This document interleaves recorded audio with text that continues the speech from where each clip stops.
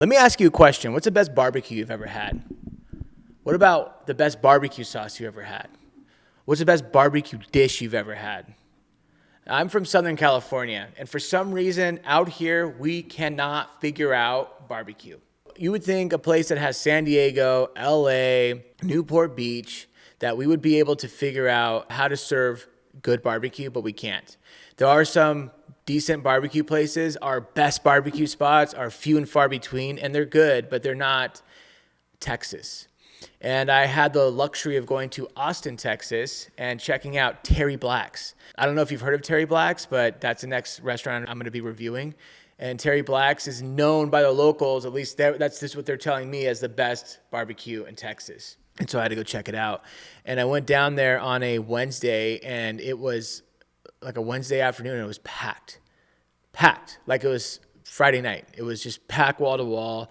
We barely got parking. We got in there, and it's counter service, which just adds to the element of the vibe.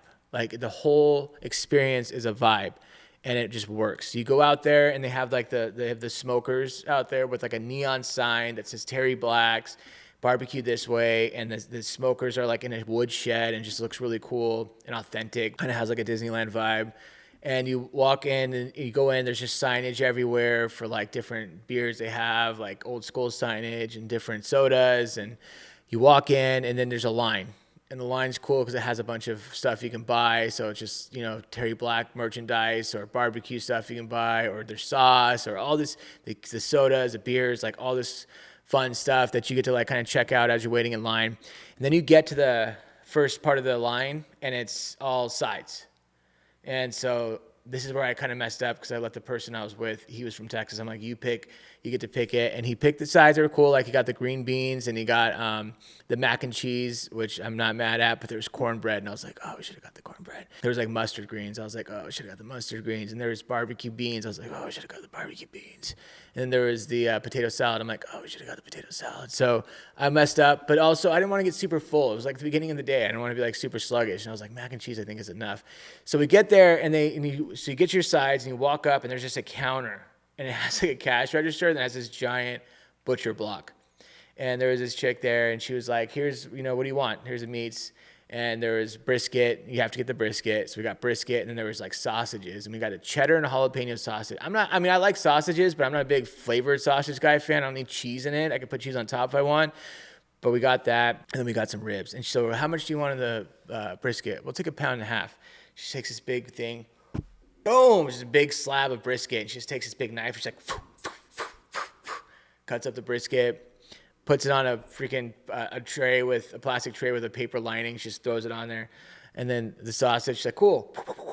Throws the sausage on there. Barbecue ribs. Throws the barbecue ribs on there. And throws the sides on there. So we have one tray of sides and one tray of barbecue. And then we find a table.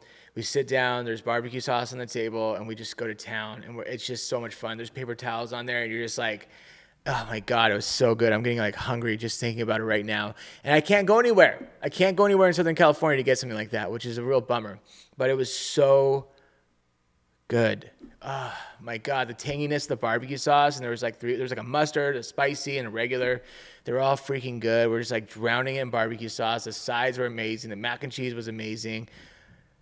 The brisket was like perfect. It was like melt in your mouth. The jalapeno cheddar sausage was next level. I never thought I'd like something like that, but the jalapenos were made right. The cheese was like the right kind of cheese, and it like melted in your mouth, like would burst in your mouth. It was like this flavor burst. It was like a cheese gusher, but it was so freaking good. So now for the numbers. So for food and drinks, I'm going to give it a 5 out of 5. It was the best barbecue I ever had by far. Everything was good. Every side was good. Every protein was good. I mean, everything, and all the barbecue sauce were good. They had a bunch of beers, they had a bunch of sodas. Like, it was perfect. 5 out of 5, no doubt about it. Service and culture, 5 out of 5. We didn't have one bad experience. There was a huge line, and it was moving lightning fast because it was done right, because of the culture. It was set up right. You go to the sides, first of all, it's super friendly. They could be rude to you there. You know, like obviously the place is super popular and they could just be rude. Hey, you know, you're lucky to be here. There's a lot of restaurants like that where if they have the good food, they think they don't have to have good service. It's just like the restaurant you find on beachfront property. Like when there's a restaurant that's on the water, probably 8 times out of 10, it's a bad restaurant, because they just rest on the fact that they're on the water. People are going to go there and look at the view. There's a place called The Cliff in Laguna Beach, a prime example of this. I highly recommend you look up the reviews. They're terrible. They're way overpriced. The food is awful. It's so bad. And they're booked all the time because they're on the cliff in Laguna Beach. They're in walking distance from all the hotels. So people, oh, I gotta go there. Oh, it's so cool. And people get like romantic with the fact that they're sitting on a cliff over the ocean. That you can literally serve them a piece of crap between 2 buns, and you're just like, they're like happy. Oh my God, this is such an amazing experience. But then when you walk away, you're like, yeah, that burger kind of sucked actually. You know, those drinks were actually bad. Now, the server was kind of rude. You know, once you get away from that, like, amazing experience of being on the water. That happens all the time. I've worked in Dana Point. I've worked in Newport Beach. I've worked in Laguna Beach. I've worked in Huntington Beach. I've worked on a lot of restaurants on or near water, and it always happens that way. All the restaurants are just terrible because they don't have to try so hard. So usually, my point is, usually restaurants with really good food that have that like niche of like, oh, you got to try Terry Black's. That's what they've told me. That's the best barbecue. Texas. I could have went there and they could have been rude. What do you want? Like, okay, thank you. Or I'm trying to get the line going. No, you walk up and they're super friendly. The lady that was behind the counter for the sides was super friendly, super helpful, answering questions. Anything else? Okay, guys, enjoy. And we get there, the girl cutting the meat, super friendly. Hi, how's it going, guys? You know, what are you guys trying? All right, you know, like, here we go. Oh, that's a good pig. Nice. You know, excited about her job, about the cause, representing her brand. She's being paid to represent her brand, and she's doing it right. So 5 out of 5 for service and culture. For ambiance and vibe, 5 out of 5. You're seeing the videos, but this place is so cool. The decor is just so cool. It has a vibe to it. You're in someone's like old wooden house in like Texas, like in the back skirts of Texas, you know, but it's obviously nice. Everything's nice in there, but it's just made to look like that feeling and that aesthetic. The outside has this cool neon sign. It says Terry Black's. It's huge, Terry Black's Barbecue, and everything on there. It's like painted to look like it's all beat up wood with like rust, like with like peeling paint and all this stuff, but it's actually just painted on there. It's shellacked. It's actually really nice. You know, it's a really nice location. So it's a 15 out of 15. This is like a must try. If you have a chance, if you're in Austin, you have to try Terry Black's. But even if you're not in Austin, if you're just in Texas and you're like, I need barbecue, like, I recommend making the trip because it's that good. And this is just a great example of like what culture does. Like, this is where a restaurant excels. The proof is in the pudding. I'm there on a Wednesday in the afternoon, like 11, and it's packed. We barely got a table, and we like asked someone if they can sit on the other side of their table. It was like a family at a bench, and we're like, can we squeeze in that corner real quick? And they had to get up, and then we had to like slide in. That's how packed it was. And it was big. It was a big place. Line moved fast when we got in there. The service was really good. The food was amazing.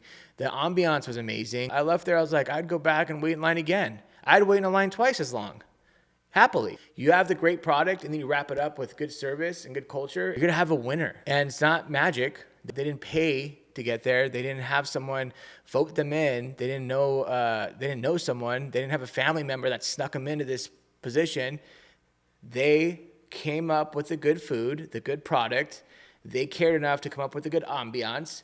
And then they were smart and said, we're going to make sure the culture's right so all the employees are happy and the service is good. We want the customer experience to be part of it. So they came up with that.